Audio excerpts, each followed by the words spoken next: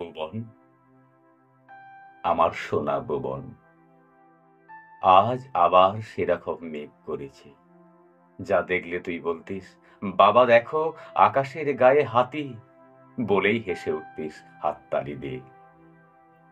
হ্যাঁ রে সোনা, আজ আবার হাতি এসেছে আকাশে। শরতের মিঠে রোদে আমাদের সামনের বাগানটায় খেলা করছে তোর প্রিয় সেই কাঠ বেড়ালিগুলো, যাদের দেখলেই তুই আমাকে জিজ্ঞাসা করতিস, সত্যি রামচন্দ্র ওদের পিঠে হাত বুলিয়ে দিয়েছিল? আজ আশ্বিনের 12 তারিখ।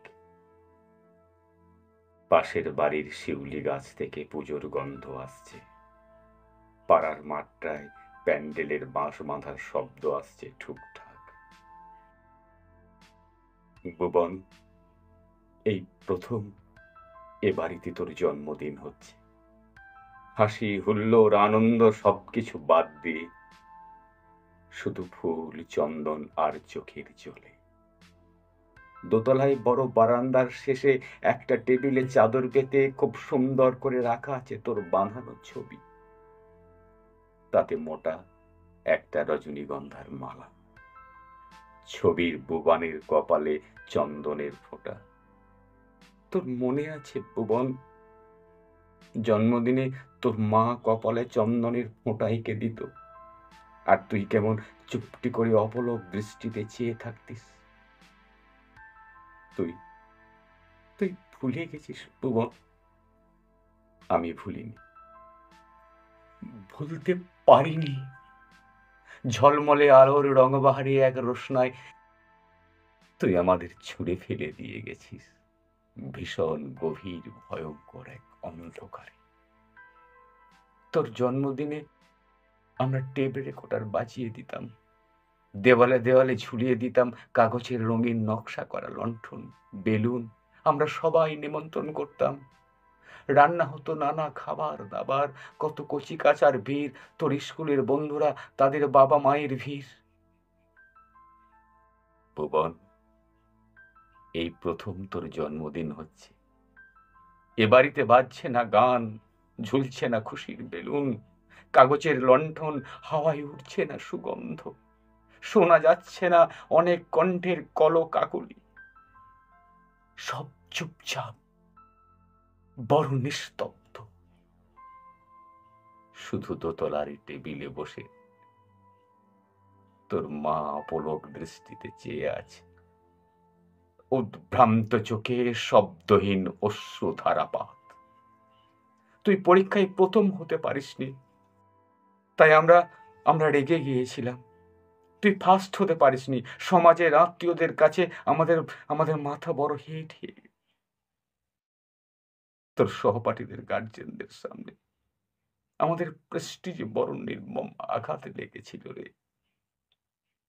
তোর লেখাপড়ার পেছনে আমাদের এত খরচ, এত চিন্তা, এত আশা, তুই একটু মর্যাদা দিলি না, একটু বুঝলি না বাবা মায়ের দুশ্চিন্তার কথা।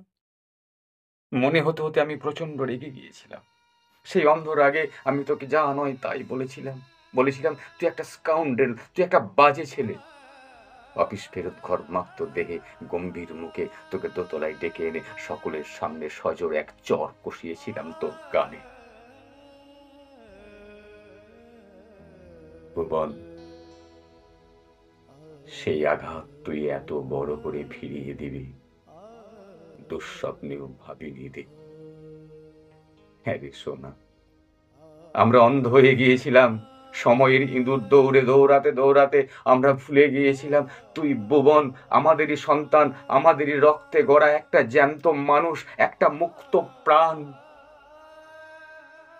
হ্যাঁ রে সোনা, আমরা ভুলে গিয়েছিলাম একটা ক্লাসে 50টা ছাত্র থাকে, ফার্স্ট একজনই হয়, একজন মাত্র।